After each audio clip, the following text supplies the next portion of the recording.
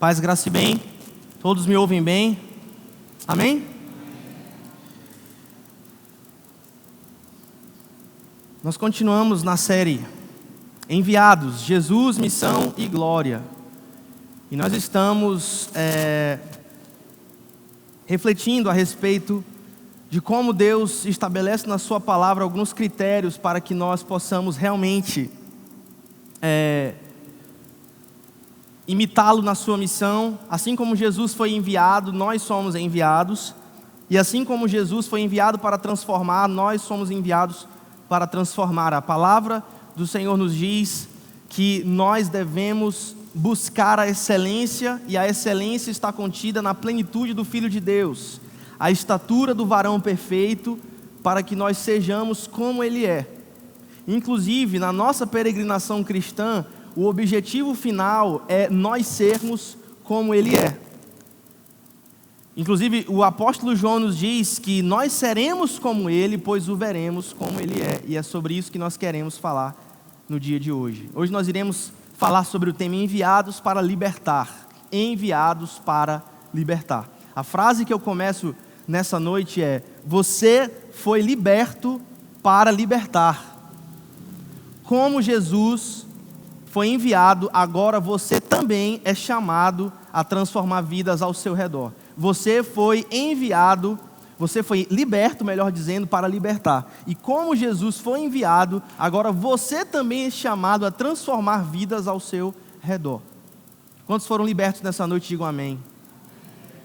E a libertação pela qual você passou, a transformação que você experimentou, você gostaria que outras pessoas, especialmente da sua família e do seu ciclo de amizade, experimentassem também, sim ou não? Então nós iremos falar a respeito disso hoje. Você foi liberto para libertar. Abra sua Bíblia em João capítulo 12, e nós estamos falando a respeito da biografia de Jesus, especificamente no livro de João.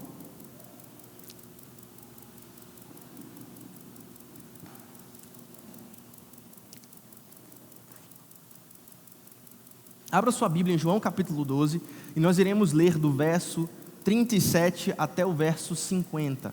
Nós iremos ler do verso 37 até o verso 50.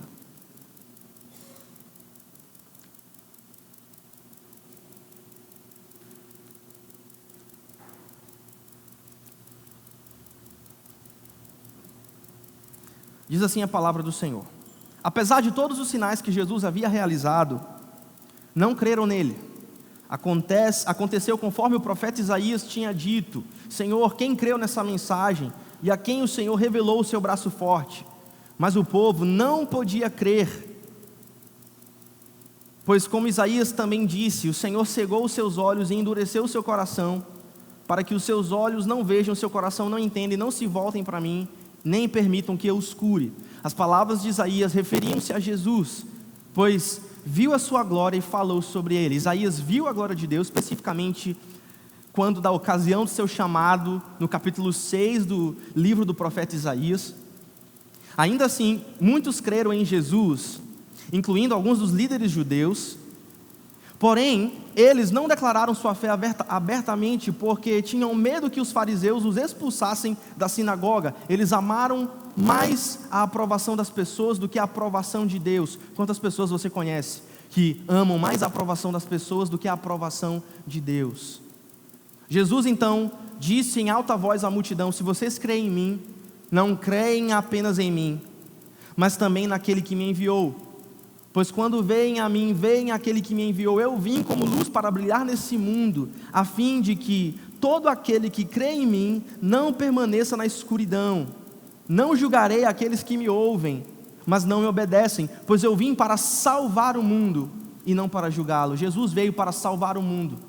Quantos creem nisso nessa noite? Jesus veio para salvar o mundo e não para julgá-lo, mas todos os que me rejeitam e desprezam a minha mensagem serão julgados no dia do julgamento, pela verdade que tenho falado. Não falo com minha própria autoridade, o Pai que me enviou me ordenou o que dizer. E eu sei que o mandamento dele conduz à vida eterna. Por isso digo tudo o que o Pai me mandou dizer. Enviados para libertar. Enviados para libertar. Nós somos libertos para libertar. E quando Deus nos liberta, Ele nos envia. Essa série é uma exploração da biografia do nosso Senhor Jesus Cristo, especificamente no Evangelho de João, focando na missão de Jesus e nas razões que trouxeram o Filho de Deus, a segunda pessoa da Trindade, para encarnar. E mais importante, nós vamos refletir sobre as implicações das respostas que nós acharemos no texto, especificamente no texto de João. E nós vamos refletir nas implicações dessas respostas para as nossas vidas. Quando nós entendemos, em outras palavras, como Jesus enxergava o mundo, como Jesus enxergava o pobre, como Jesus enxergava o necessitado, como Ele percebia as necessidades do mundo que o rodeava, nós aprendemos como nós devemos enxergar o mundo ao nosso redor. Quando nós entendemos a forma como Jesus cumpria a sua missão, nós entendemos como nós devemos cumprir a nossa missão. Em outras palavras, nós olhamos para Jesus para imitá-lo. Nós olhamos para Jesus para imitá-lo. Assim como Jesus foi enviado pelo Pai, você e eu também fomos enviados para o Pai. E quando nós olhamos para a vida de Jesus, nós entendemos que assim como Ele abraçou o seu chamado, você e eu devemos abraçar também o nosso chamado. Queridos, existe uma promessa na palavra do Senhor, que é para todos os crentes em Jesus. E a promessa é contida no livro de Isaías, versículo 26, versículo 3. E essa promessa que Deus tem para nós nessa noite é a seguinte promessa: Tu guardarás em perfeita paz todos os que confiam em Ti, aqueles cujos propósitos estão firmes em Ti. Quantos estão firmes no Senhor nessa noite? Digam amém. Essa promessa então é estendida para aqueles que se qualificam como aqueles que estão firmes em Deus para viver essa promessa. Mas como é que nós podemos experimentar essa promessa, uma vez que, se você olhar o mundo ao seu redor, você vai perceber que todas as pessoas praticamente estão aprisionadas em alguma circunstância. A minha mãe costuma dizer, o meu pai dizia, que Satanás ele vai utilizar todas as estratégias possíveis e imagináveis para aprisionar pessoas.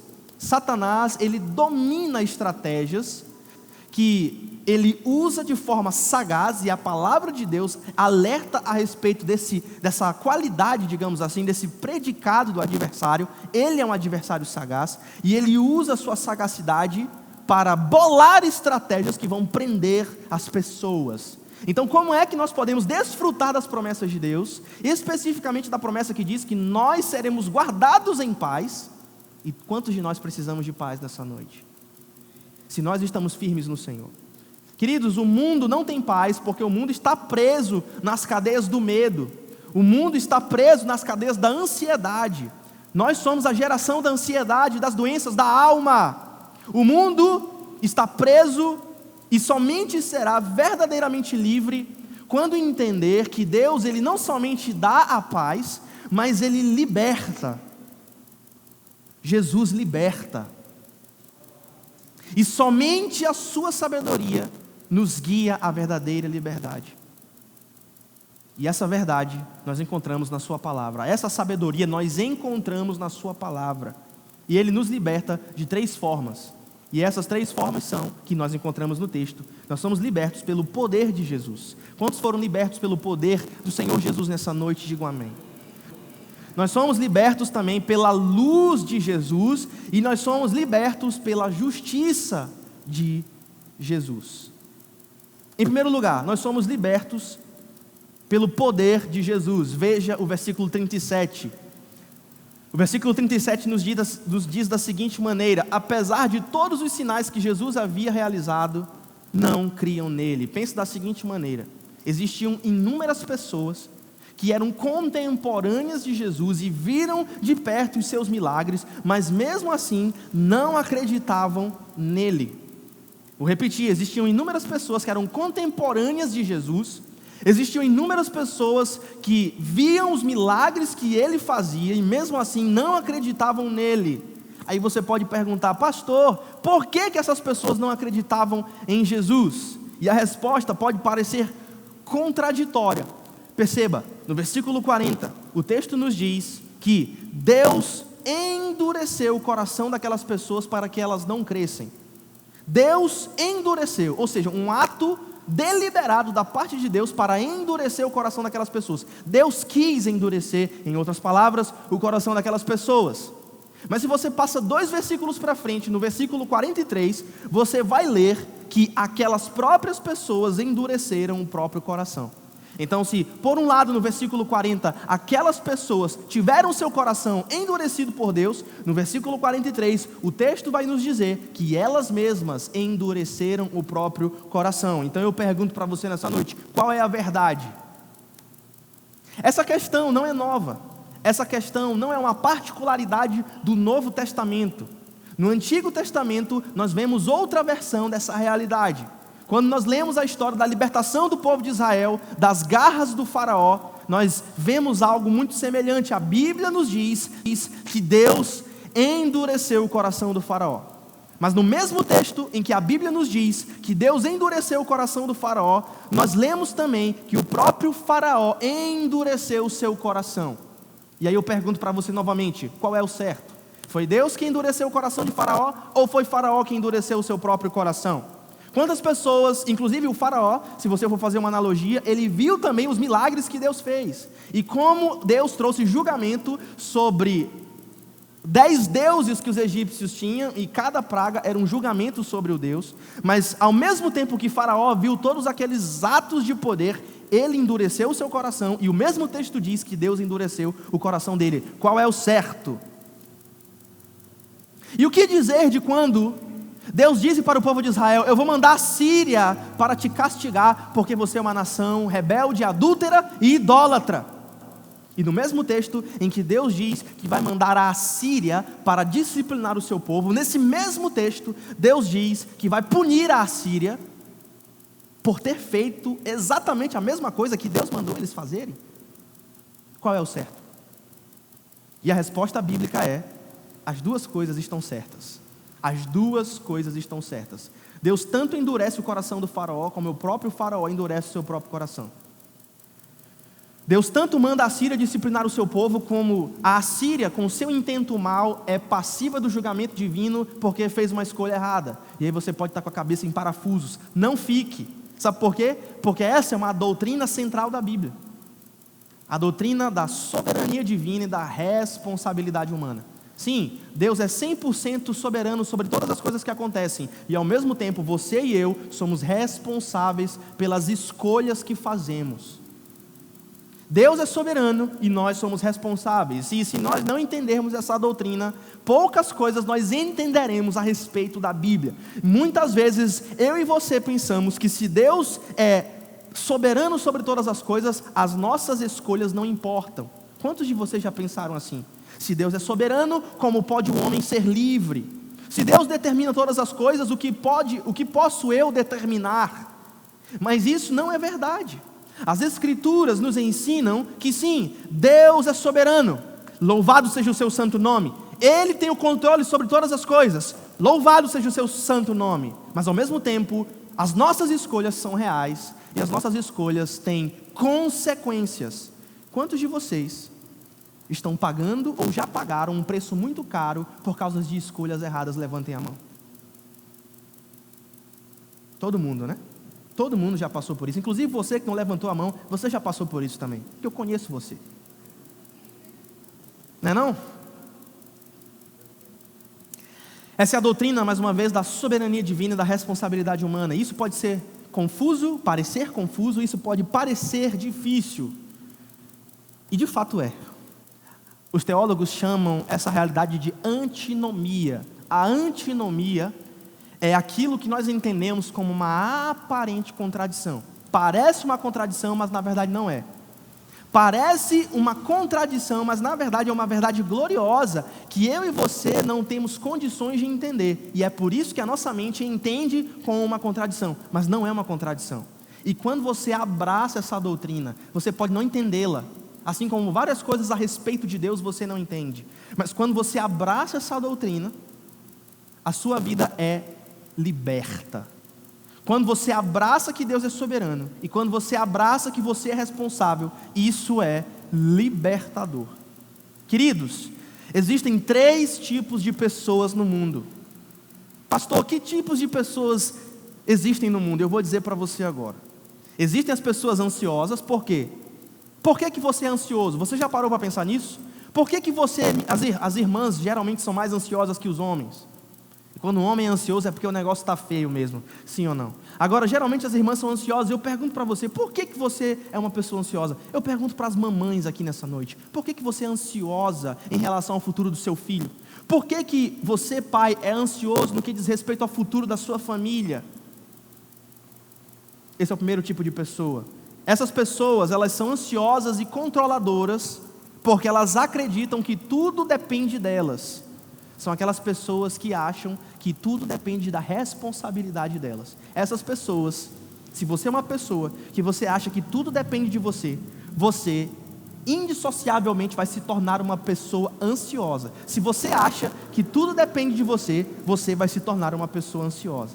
Mas não só existem as pessoas ansiosas, existem também as pessoas irresponsáveis, que são aquelas que são inconsequentes por pensarem que nada depende delas e tudo já está determinado. Quer um exemplo de um crente irresponsável? É aquele crente que não evangeliza, porque ele diz assim: se Deus já determinou todas as coisas, então para que eu vou me estressar evangelizando? Esse é um exemplo desse outro tipo de pessoa, que são essas pessoas irresponsáveis. Então, nós temos esses 2 extremos. Por um lado, nós temos as pessoas ansiosas, que são aquelas pessoas que acham que tudo depende delas. E se tudo depende de você, e você não é uma pessoa perfeita, e você tem um monte de problemas, e você muitas vezes não consegue organizar os seus próprios pensamentos, que dirá a sua vida? Se você é um tipo de pessoa que acha que tudo depende de você, você vai se tornar uma pessoa miserável e ansiosa. E eu digo para você, não é uma coisa muito agradável você estar perto de uma pessoa ansiosa. Você já esteve perto de uma pessoa ansiosa? Você já lidou com pessoas com casos críticos de ansiedade?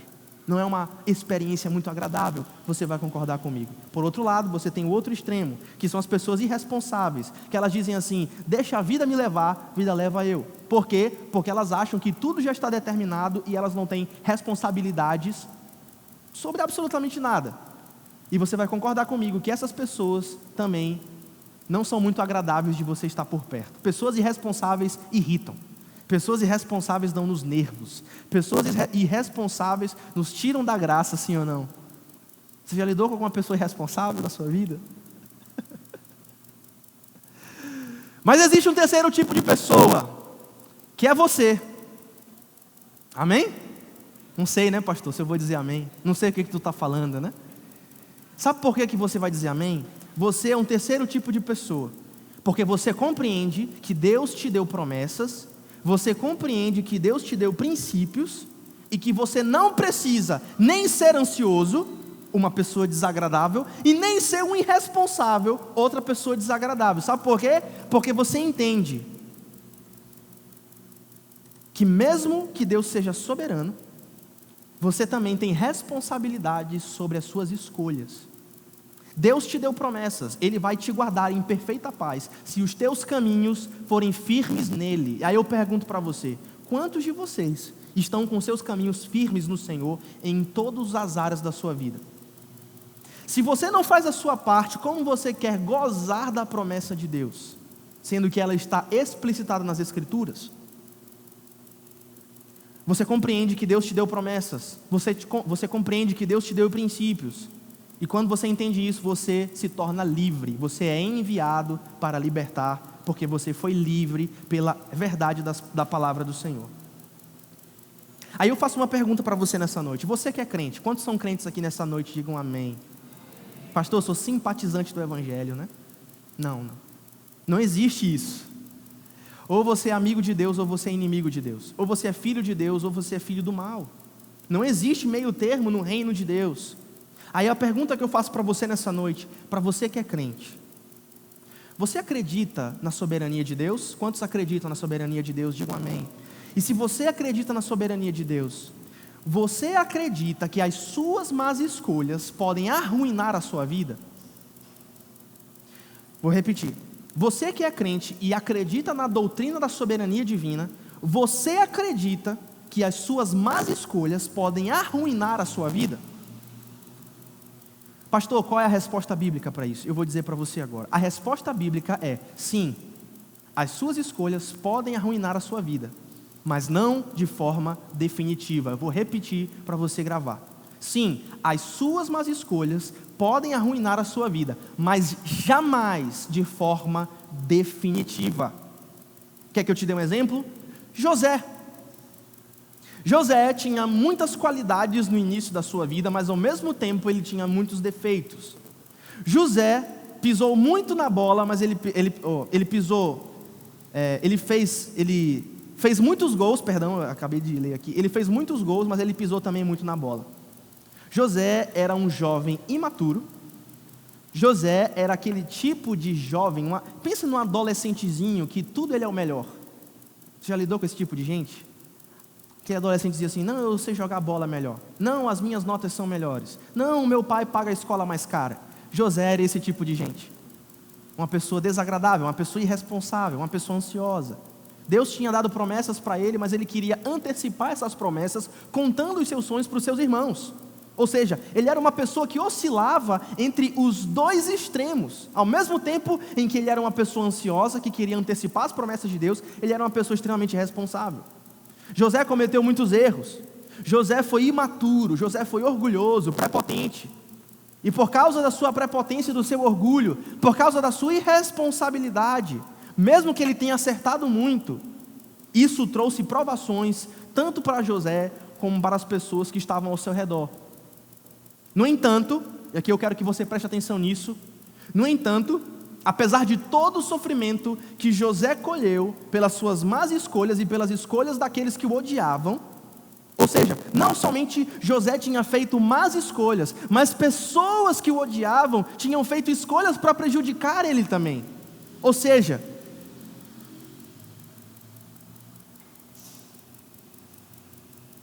quando você assume de forma errada as suas responsabilidades, você pode fazer mal para a sua vida e você pode fazer mal para as pessoas que estão ao seu redor, assim como foi José. No entanto, apesar de todo o sofrimento que José colheu por suas más escolhas, isso não foi o fim de José. Isso não foi o fim de José. Sim, meus irmãos, o nosso Deus é um Deus de pactos. Eu vivo reforçando essa ideia aqui na igreja. O nosso Deus é um Deus de pactos. O nosso Deus é um Deus de alianças. Sim, no mundo em que Deus criou, a obediência é uma coisa extremamente importante. Sim, no mundo em que Deus criou, a obediência é recompensada com bênção. Sim, no mundo em que Deus criou, a desobediência é recompensada com maldição. É só você ler Deuteronômio capítulo 28, é só você ler Gálatas capítulo 2, é só você ler, por exemplo, Juízes capítulo 2, do verso 11 ao verso 15, e você vai ver que no mundo pactual criado por Deus, bênçãos são resultado de obediência e maldição são resultado de desobediência. Mas mesmo assim, esse sofrimento que nós colhemos por causa de atitudes erradas que nós tomamos, não é definitivo. Louvado seja o nome do Senhor. Sabe por quê? Porque o nosso Deus não tem plano B. O nosso Deus não tem plano B. Quando Deus olhava para a situação de José, não era o plano B que Deus tinha para José. Quando Deus olhava para a situação de Jesus, não era o plano B para Jesus. Tanto se você for ler Atos capítulo 2, se você for ler Atos capítulo 4, você vai perceber que os romanos mataram Jesus porque quiseram, junto com os judeus, mas isso já estava determinado no plano de Deus. Em outras palavras, até o diabo é o diabo de Deus. Até o diabo está debaixo do pleno controle de Deus, porque Deus não tem um plano B. Isso te conforta nessa noite. Isso te conforta nessa noite. O nosso Deus não tem um plano B. O nosso Deus é um Deus de planos A. E o plano que Deus estabeleceu, mesmo com as burradas que você faz, porque o pecado deixa a gente o quê? Burro. Mas mesmo com as burradas que nós fazemos, se você é alguém crente em Jesus Cristo, que acredita na soberania divina, nessa doutrina preciosa para a nossa fé, isso não é determinante. Porque você sim pode arruinar a sua vida por causa das suas más escolhas, mas jamais de forma definitiva. Jamais. Jamais. Veja um exemplo de José mais uma vez. Quando José ele foi alçado à sua redenção social, e ele se tornou um homem rico, e ele se tornou um homem de status, e ele se tornou um homem extremamente educado, um homem extremamente influente e poderoso. E os seus irmãos estão finalmente diante dele depois de alguns anos. Os estudiosos dizem cerca de 13 a 15 anos. Quando os irmãos de José estão diante dele, e José finalmente revela a sua identidade para os seus irmãos, você consegue acreditar no que José disse para os seus irmãos? José disse para os seus irmãos: não temam, meus irmãos. Sabe por quê? Porque vocês intentaram para o mal, mas Deus intentou para o bem. Vocês quiseram me fazer o mal, mas Deus me quis fazer o bem. E o interessante é que quando você vai ler o texto original no hebraico, essa palavra intentar ou querer, vocês intentaram fazer o mal, mas Deus intentou fazer o bem, é exatamente a mesma palavra. Em outras palavras, aquilo que os inimigos quiseram fazer de mal para José, dentro do escopo da soberania divina, Deus transformou em bem. Será que isso te consola nessa noite? Será que isso te consola nessa noite?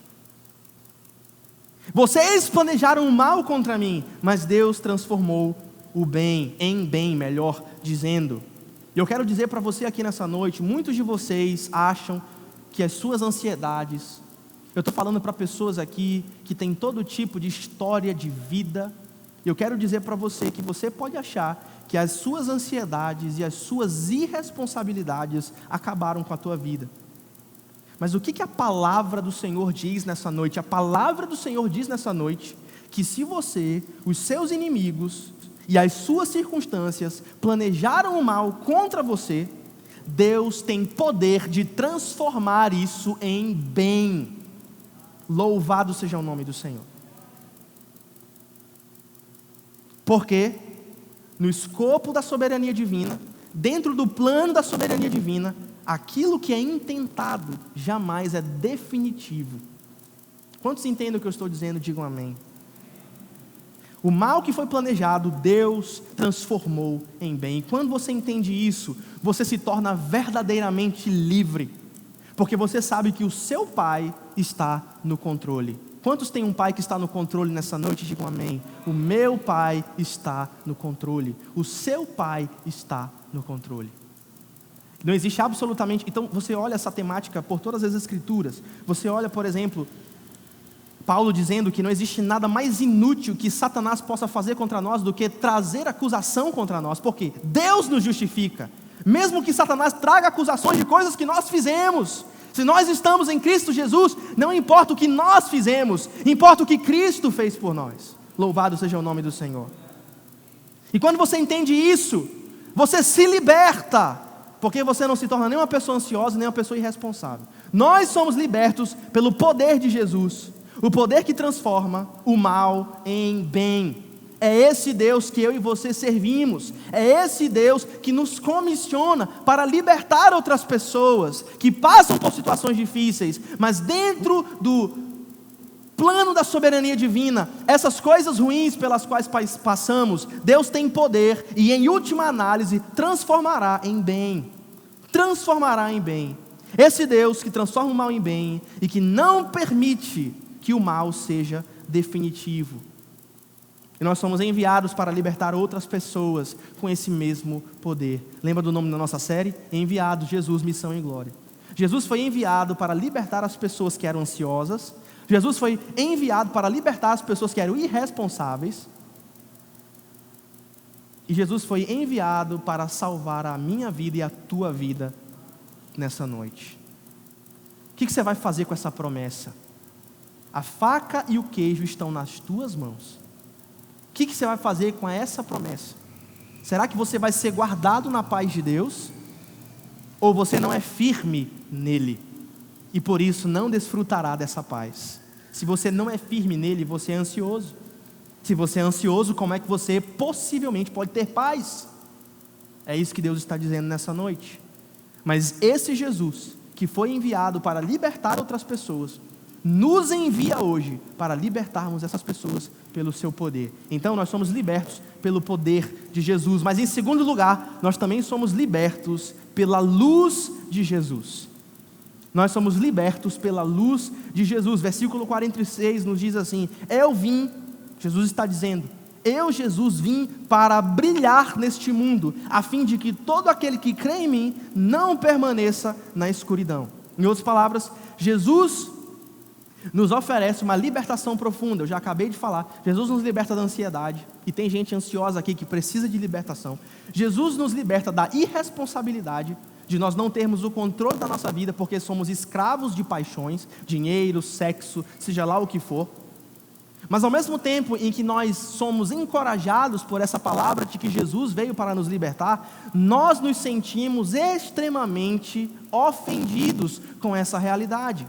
Porque Jesus acabou de dizer no versículo 46, que aqueles que não têm Jesus em suas vidas, aqueles que não têm um relacionamento com Jesus em suas vidas, essas pessoas vivem nas trevas.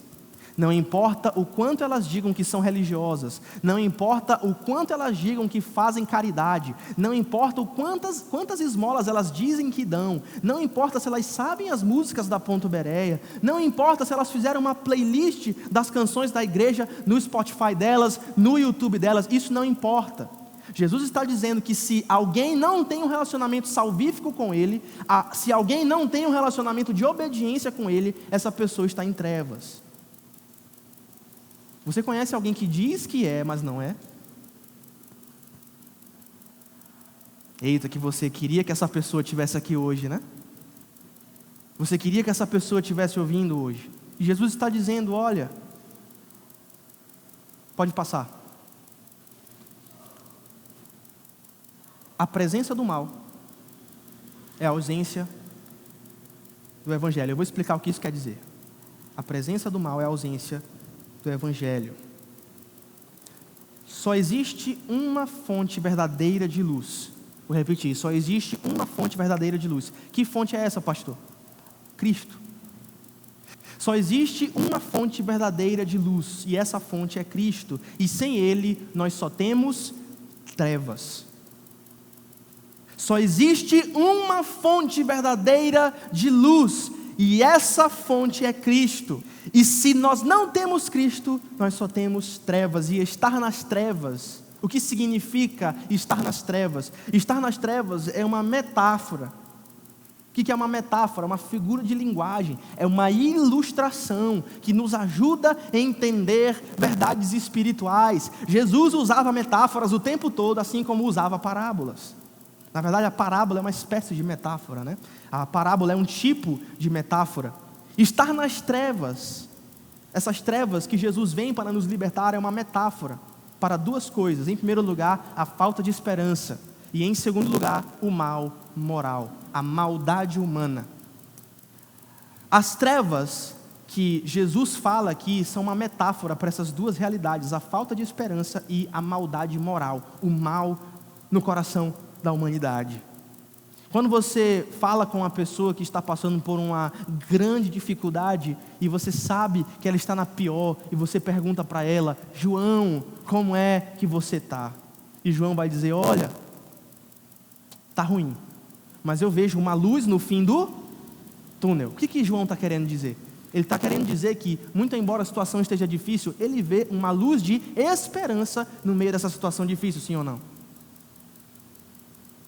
Mas se eu pergunto para João, como é que estão as coisas? E João vai dizer assim, olha, está ruim e não tem nenhuma luz no fim do túnel.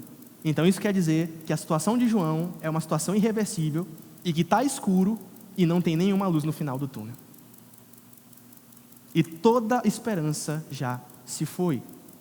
Então Jesus está dizendo que as trevas são uma metáfora para identificar essas duas realidades, a falta de esperança e o mal moral. Agora, Jesus quer que você entenda nessa noite que a ausência de esperança, os desejos pecaminosos que muitas vezes querem tomar o teu coração, Jesus quer que você entenda que esses pensamentos sombrios, que muitas vezes assombram a tua mente, eles só prosperam nos lugares onde a luz do Evangelho e a bondade do Evangelho estão ausentes. Eu vou repetir. Jesus quer que você entenda nessa noite que você tem uma responsabilidade de encher o seu coração com o Evangelho. Porque a falta de esperança, a ansiedade e os pensamentos ruins, sejam pensamentos pecaminosos, sejam pensamentos de morte, sejam pensamentos de escuridão, eles só prosperam onde a luz do Evangelho e a bondade do Evangelho estão ausentes. Em outras palavras, a presença do mal é a ausência do Evangelho. Eu vou repetir novamente. A presença do mal é a ausência do Evangelho. A contrassenso, a ausência do Evangelho é igual à presença do mal. E na prática, o que isso significa? O que vai ter mês que vem aqui em São Luís do Maranhão e em todos os municípios do país, irmãos? O que vai ter? O quê? Em quem que vocês vão votar? Brincadeira, não precisa dizer. Mas eu quero dizer para vocês acham que o Eduardo Braide, ele vai conseguir, com alguma política pública, resolver a falta de esperança de todos esses drogados ou pessoas em dificuldade aqui nessa cidade de São Luís? Vocês acham isso?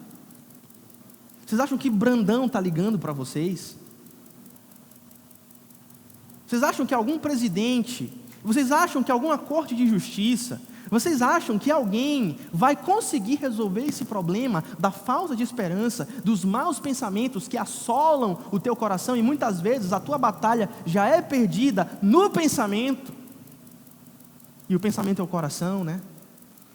Você acha que algumas dessas autoridades vão conseguir resolver esse problema? Jesus está dizendo que a presença do mal é a ausência do Evangelho, e não a ausência do prefeito, e não a ausência da política pública, e não a ausência do dinheiro. A presença do mal é resultado da ausência do Evangelho. A força de vontade do homem, as políticas públicas, a ciência não podem libertar os prisioneiros das trevas. A única coisa que pode libertar um prisioneiro das trevas é o príncipe da luz. Essa é a única coisa que pode libertar você das trevas que te assolam. E as trevas se manifestam de diversas formas: ansiedade, falta de esperança, pecado. As políticas públicas falham repetidamente. A força de vontade humana também falha repetidamente. Quantas vezes você já disse para Jesus: Jesus, agora vai, e não foi? Quantas vezes até nos seus relacionamentos interpessoais você diz para sua esposa: amor, dessa vez eu vou me comportar, eu não vou mais te trair, ou então eu não vou mais gastar dinheiro à toa, e você vai lá e não consegue, você falha. Além disso, a ciência, muitas pessoas idolatram a ciência hoje, como a ciência pudesse libertar os prisioneiros das trevas. Queridos, as políticas públicas, a força de vontade do homem e os esforços científicos já falharam vez após vez. Esses esforços já falharam repetidamente. Você tem um ateu famoso chamado Bertrand Russell, ou Bertrand Russell, um filósofo ateu que muito influenciou o pensamento moderno de que as pessoas devem abandonar a religião e se abraçar na ciência, que as pessoas devem abandonar Deus e se apegar à razão e transformar a razão no novo Deus. Bertrand Russell foi um dos filósofos ateus que mais influenciou esse tipo de pensamento, e ele expressa o seu desespero nessas palavras a seguir em um dos seus artigos. Ele diz o seguinte: que o homem é o produto de causas que não tinham previsão do fim que estavam alcançando, que a origem do crescimento humano, suas esperanças e medos, seus amores e crenças são apenas o resultado do acaso de átomos. Em outras palavras, você e eu não somos nada além de um monte de átomos que se juntaram e nós somos simplesmente obra do acaso. Suas esperanças, medos, nenhum fogo, heroísmo, intensidade de pensamento ou sentimento pode preservar uma vida individual além do túmulo. Ou seja, todos os atos heróicos que você faz, todo o esforço que você empreende, nada é para a glória de Deus, tudo vai acabar no seu túmulo. Que vida miserável, não é mesmo? Que todos os trabalhos das eras, toda a devoção, toda a inspiração, todo o brilho do gênio humano estão destinados à extinção na morte imensa do sistema solar. E que todo o tempo das realizações humanas será inevitavelmente sepultado debaixo dos escombros de um universo em ruínas. Ou seja, esse é um poema desesperado. Bertrand Russell está apenas expressando o desespero do seu próprio coração. Ele está dizendo assim: nada importa! Nada importa, absolutamente nada. E por incrível que pareça, Bertrand Russell e Jesus estão falando a mesma coisa.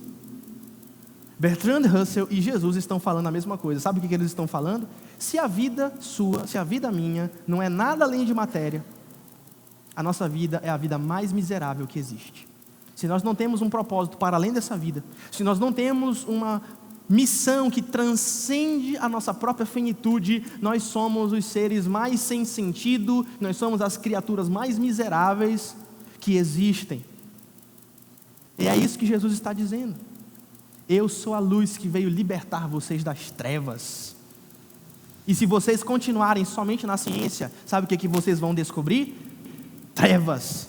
E se vocês continuarem simplesmente com a razão, sabe o que vocês vão descobrir? Trevas. Eu somente posso dar sentido e posso acabar com essas trevas, diz o Senhor Jesus. Somente em Jesus há significado.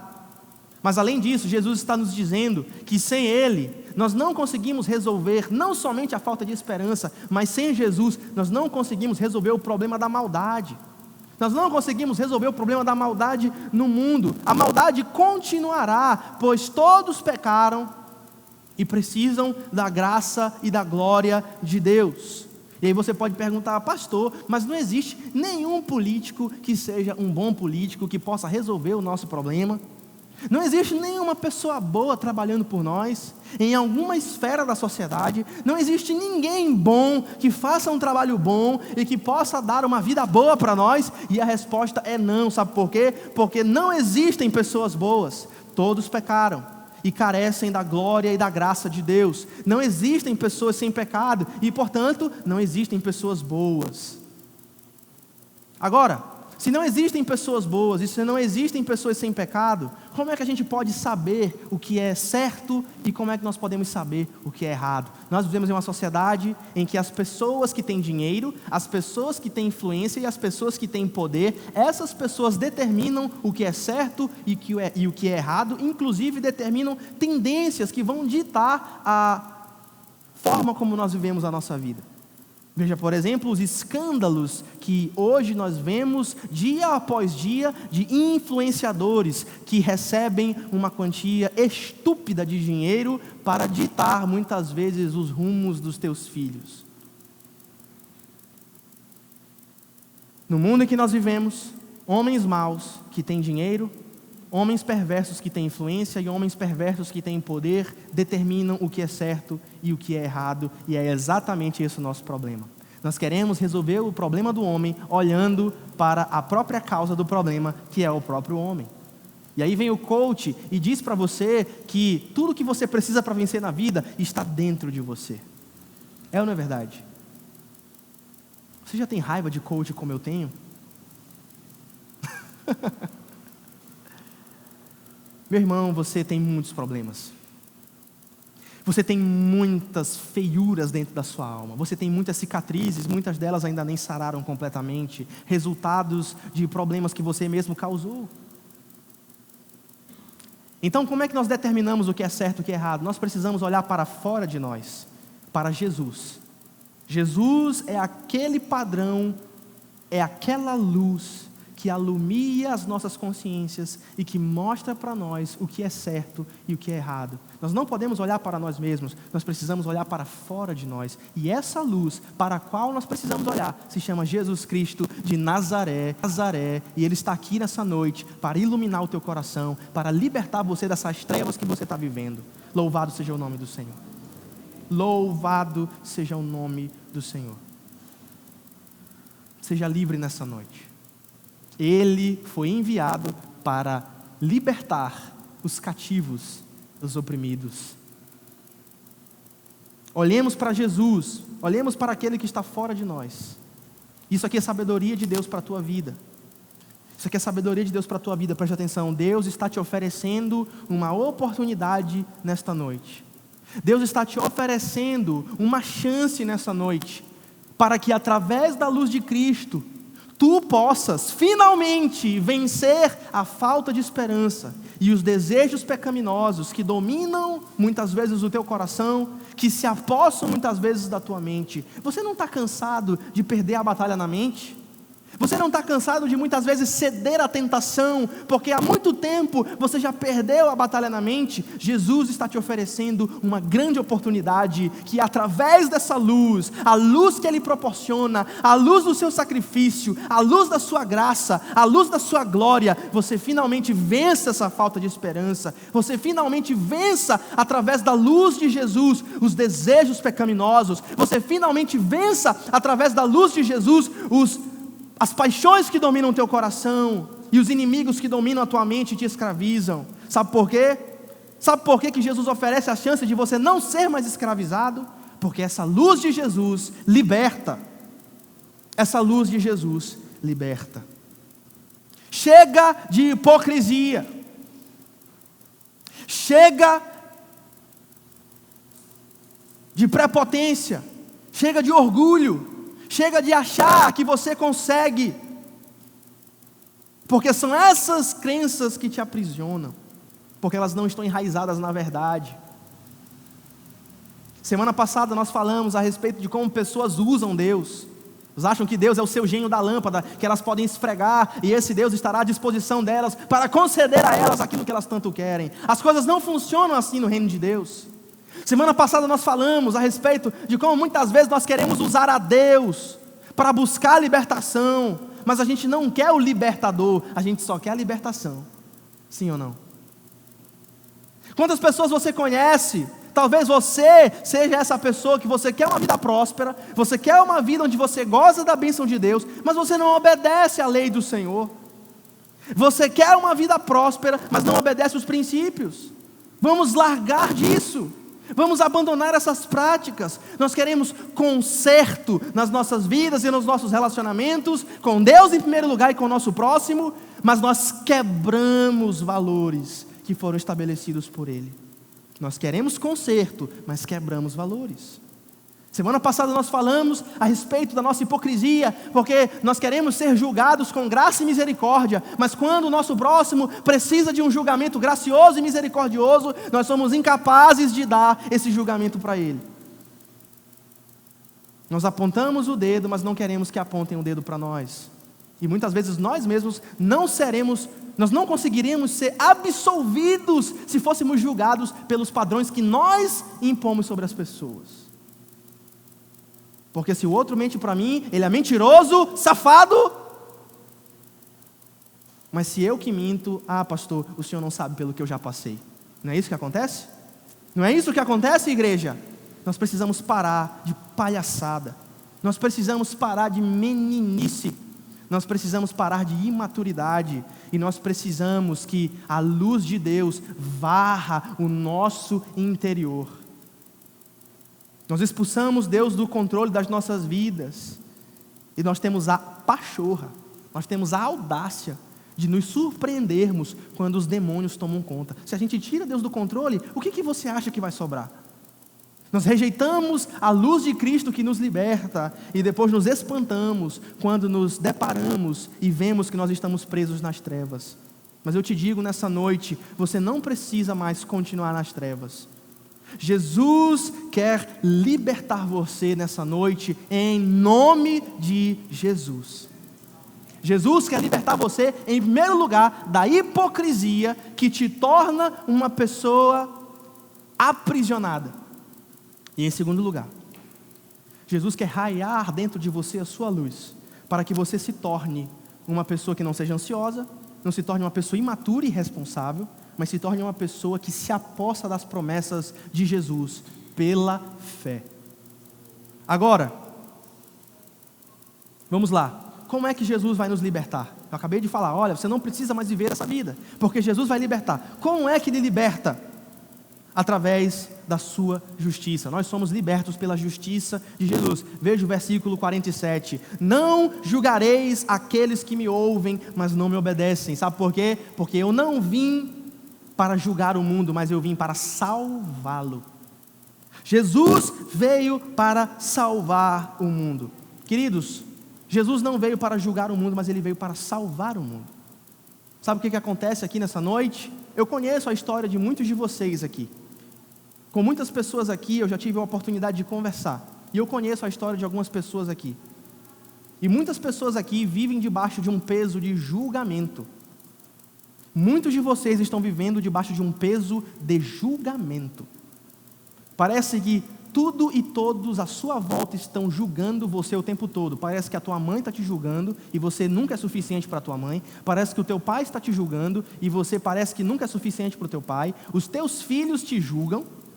O teu cônjuge te julga e você nunca é perfeito para eles. Os teus pais colocam uma pressão sobre a tua vida que você não necessariamente queria lidar. Existem muitos pais que são absolutamente insensatos, sem sabedoria de como criar os seus filhos. E se não fosse o bastante, você mesmo se julga. E você mesmo cria na sua cabecinha feridenta. Você mesmo muitas vezes cria na sua cabecinha afetada padrões inalcançáveis que vão te aprisionar. E você diz assim, olha, eu preciso estudar mais. Quem é autônomo aqui, você sabe o que eu vou falar agora. Você sempre está pensando que você poderia estar trabalhando mais. Sim ou não? Isso é um julgamento que você criou para você mesmo. O cara que trabalha de CLT, ele bate lá as 6 horas, 8 horas dele, e depois ele vai para casa, ele diz assim, bati as minhas horas diárias. Mas o empreendedor não, ele diz assim, eu preciso trabalhar mais. Esse é um padrão que te aprisiona, que você mesmo criou na tua cabeça. Sabe por quê? Porque você é ansioso. Sabe por quê? Muitas vezes você é imaturo. Prisões das mais diversas. E se não fosse o bastante, quando você vai para a farmácia e você pisa naquela balança, a balança te acusa também. Está repreendido em nome de Jesus. E muitas vezes meu Deus, você se joga em cima da balança e a balança te julga. Sim ou não?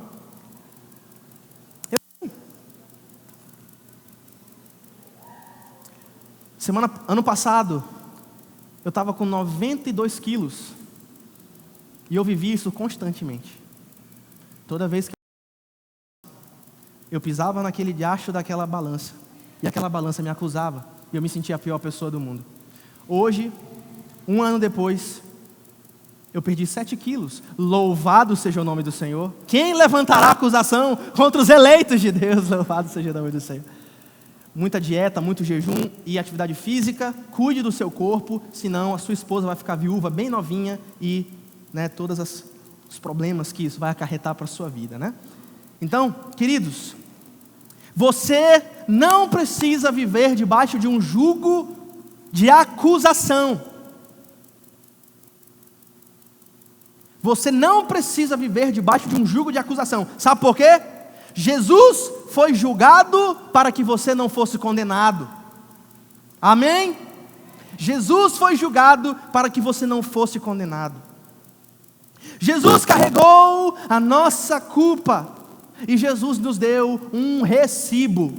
Que recibo é esse, pastor? Um recibo que Jesus nos deu é um comprovante de pagamento. E esse comprovante de pagamento é quando você lê lá, Colossenses capítulo 13, ele vai dizer assim, que existia um escrito de dívida contra nós, um escrito de dívida que Satanás, o acusador, fez. Eita promotoria de justiça desgraçada, o acusador. Ele fez um escrito de dívida que constava de todos os nossos pecados e todas as nossas falhas contra um Deus 3 vezes santo. Esse escrito de dívida era contra nós e constava de ordenança, diz lá o texto bíblico, e nos era prejudicial. O que Jesus fez? O que Jesus fez? Jesus rasgou esse escrito de dívida. Em outras palavras, Jesus rasgou aquele papelzinho que era acusação. E no lugar do papelzinho da acusação, sabe o que Jesus deu para nós? Um recibo de salvação. E sabe o que isso quer dizer na prática? Toda vez que você se sentir acusado, externamente, pelo seu pai, pela sua mãe, pelo seu cônjuge, toda vez que alguém te chamar de feio ou de bonito, toda vez que alguém te chamar de gordo ou magro, toda vez que alguém dizer para você que você não é suficiente, toda vez que alguém dizer para você que você não vale nada, Toda vez que alguém duvidar da tua conversão e toda vez que alguém duvidar do teu arrependimento, sabe o que você faz? Você pega esse escrito de salvação da mão de Jesus e apresenta na cara dessas pessoas. E você vai dizer assim para essas pessoas: eu não me importo com o que você diz. Eu não me importo nem com o que eu digo muitas vezes. Sabe por quê? Porque Jesus pagou no meu lugar os meus pecados. E eu não tenho a mínima obrigação de viver uma vida debaixo de um jugo de acusação. Louvado seja o nome do Senhor. Levo inclusive para a farmácia. Toda vez que você subir naquela balança e aquela balança olhar torto para você, você pega o escrito de salvação que Jesus te deu e você mostra para ele e diz assim: eu não me importo com esses números aí que você me mostrou. Louvado seja o nome do Senhor. Louvado seja o nome do Senhor. Ele carrega a nossa culpa. A oferta pela culpa nossa Ele ofereceu. E você não precisa mais viver debaixo de um jugo de acusação, pois agora você é livre em Cristo Jesus, para refletir e praticar. Quantos entenderam o que eu falei nessa noite? Deus é bom, irmãos. Deus é bom. Deus é precioso. Deus é glorioso. E Ele nos ama. E Ele não quer que nós vivamos debaixo de um jugo de acusação. E Ele quer nos libertar para que vivamos uma vida de abundância e vivamos uma vida frutífera em nome de Jesus. Jesus disse para os seus discípulos: o Pai é glorificado quando vocês dão fruto. Você sabia que se você é um crente que diz ser crente, mas não frutifica, Deus não é glorificado na tua vida? Sabe por quê? Porque Jesus disse isso. O Pai é glorificado quando vocês dão fruto. E é isso que vocês precisam dar, para refletir e praticar. Libertação só em Jesus. Libertação só em Jesus. Bride não vai te salvar. Quantos dizem amém? Bolsonaro não vai te salvar. Quantos digam amém? Lula não vai te salvar. Quantos digam amém? O Supremo Tribunal Federal não vai te salvar. As cortes de justiça superiores não vão te salvar. Nenhuma estrutura política, nenhuma estrutura denominacional, nenhuma estrutura política, nenhuma estrutura pode te salvar. Não existem salvadores da pátria, e se eles existissem, eles não iriam resolver o teu problema. O teu esforço não vai te salvar. Libertação somente no nome poderoso de Jesus. Louvado seja o seu santo nome. Além disso, salvadores da pátria não existem, e os crentes precisam amadurecer. Você precisa amadurecer. Você precisa entender que nada vai te salvar. O coach não vai te salvar. Somente o poder de Cristo e não soluções humanas será capaz de te libertar. O poder de Cristo. Paulo vai dizer em Filipenses capítulo 3: eu sou o maior de todos. Paulo vai dizer: eu sou o maior de todos. Depois leia Filipenses capítulo 3. Ele vai dizer a partir do verso 4, ele vai dizer assim: olha, se eu tivesse que me gloriar, eu seria o primeiro a me gloriar. Por quê? Porque eu sou o maior de todos. Eu fui nascido na tribo de Efraim, fui circuncidado ao 8º dia, cumpri toda a lei, hebreu de hebreus. Ou seja, não existe um hebreu mais hebreu do que um hebreu de hebreus, e esse era Paulo. E Paulo vai dizer assim: olha, eu sei a lei de cor e salteado, e não existe nada que alguém possa me ensinar no que diz respeito à lei. No que diz respeito ao zelo, eu era perseguidor da igreja. Mas depois ele vai dizer: olha, de nada isso me importa, desde que eu conheça a Jesus.